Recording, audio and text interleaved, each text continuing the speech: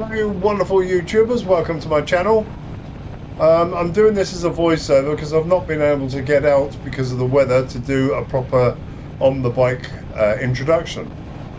I hope you've all had a good week. I've been out for a ride with my sons, as you can see by the video. It was a glorious day and we went to Winchester and visited where we lived for 12 years in Hairstock and popped into the March Hare pub. A lot has changed, but very much a lot of it has stayed the same. Also went back to the King's Theatre to get some more valuable information from Chris and met Aaron, who is doing all the promotion. So this week I will be giving you part 2 of the history and a little footage of our ride. My youngest son is riding his Royal Alloy GT125 scooter in the brightest of orange with black trimmings, and my eldest is on his Royal Enfield Super Meteor 650 in a glorious green which looks black in certain lights, and a beautiful bike it is, of course. And I'm on Burn, my Classic 350 in Sandstorm Signals Edition. So enjoy some footage and the history part 2. Part 2 of the history of the King's Theatre on Albert Road in Portsmouth. Last week I covered the very early history. I mentioned John Bufton, who commissioned the building of the King's Theatre, and Frank Matcham, who designed it. One thing I didn't mention though is that the early days of the theatre, John Bufton would put on free panto performances for children and give them all a bottle of lemonade each. That pretty much sums up the man. I also took you through the foyer and marvelled at the statue Aurora, formerly known as Diana Lucifera, and the ornate ceilings, windows and paintings. We then went to the stage and debunked the rumour that the stage floats on water and that the orchestra needed boats to get to their pit, before taking a peek at the stage door and dressing rooms and utility facilities for the performers. And then we finished off with Joan and Reggie Cooper, who saved the Kings from demolition in 1964. While I was on the stage, I looked out over the seating, mainly at the lower level, or stalls as it's known.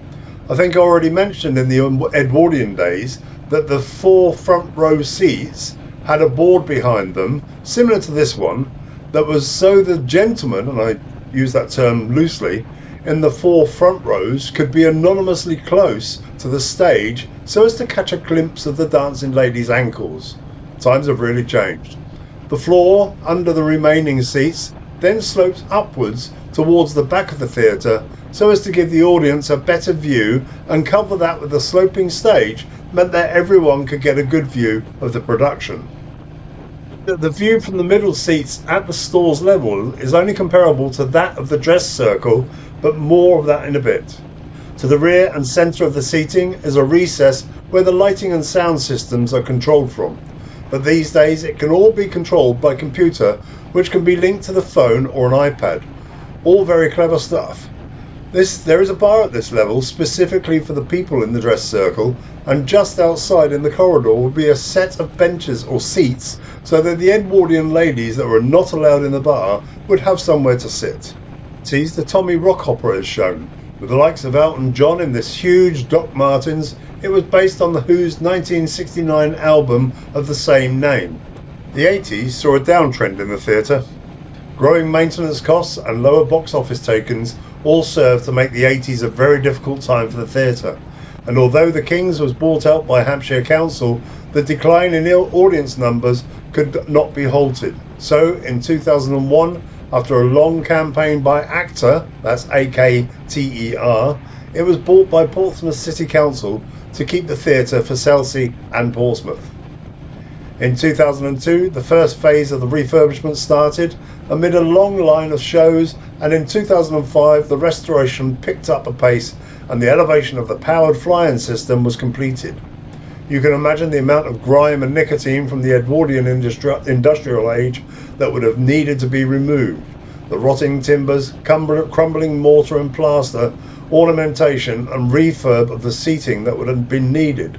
All in all, a huge project was completed by professionals and volunteers alike. So by 2007, the King's Theatre was back to its splendid Edwardian splendour. As I mentioned earlier, the stairs leading from the foyer to the stalls level are very fancy, and throughout the stalls level the plush poshness continues.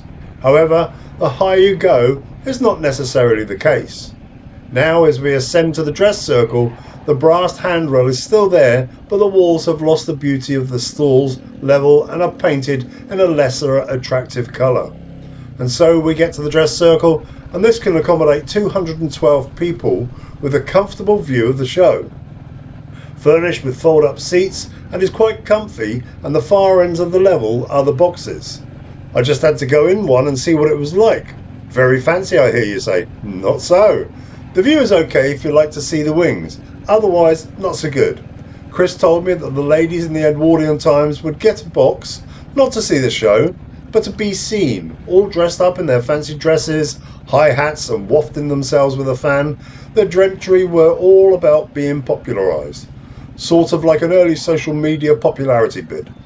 Closer to the ceiling that you start to notice how ornate it really is. But I'll save that for when we get a bit higher. Also on this level is one of 3 bars.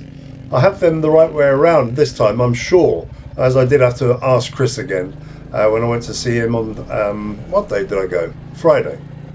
And I think I'll have this one right. The bar would have been the same as the stalls bar.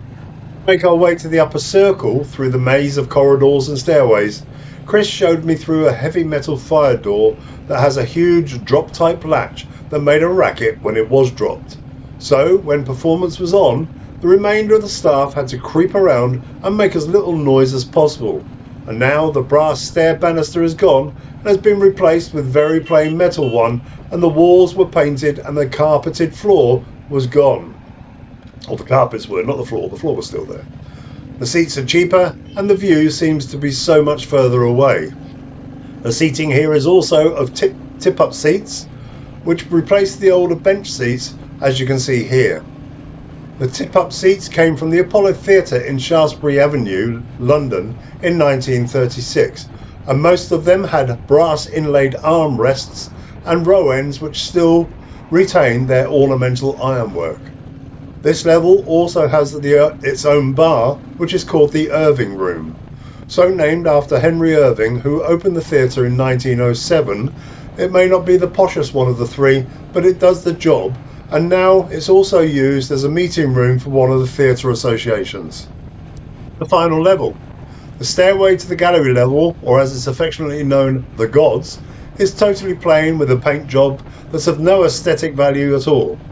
When you enter the gallery, you feel so high up that it's toe-curlingly, head-spinningly high, or at least that's how it seemed to me.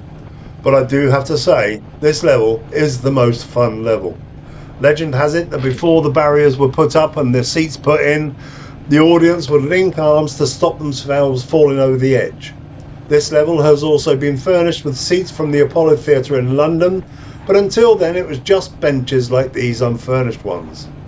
The ticket holders for this level would have been let into the theatre an hour earlier than the store ticket holders, and would have had to come in through the theatre of the side entrance and take the back stairs up to their seats and pass a tiny ticket booth on the way.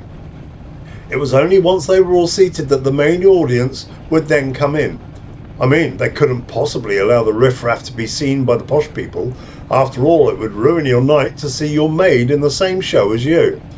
In the 60s, the Teddy Boys would have pea shooters and fire dried peas at the cast on stage.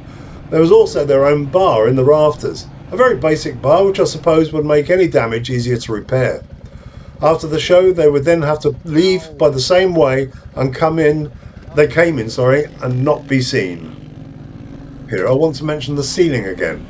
Apart from its very ornate paintings and castings, which took a lot of work to restore, I want to point out the lights. As you can see, they're very high up. But these days, most of them are now LED, and as a consequence won't need to be changed for a long time.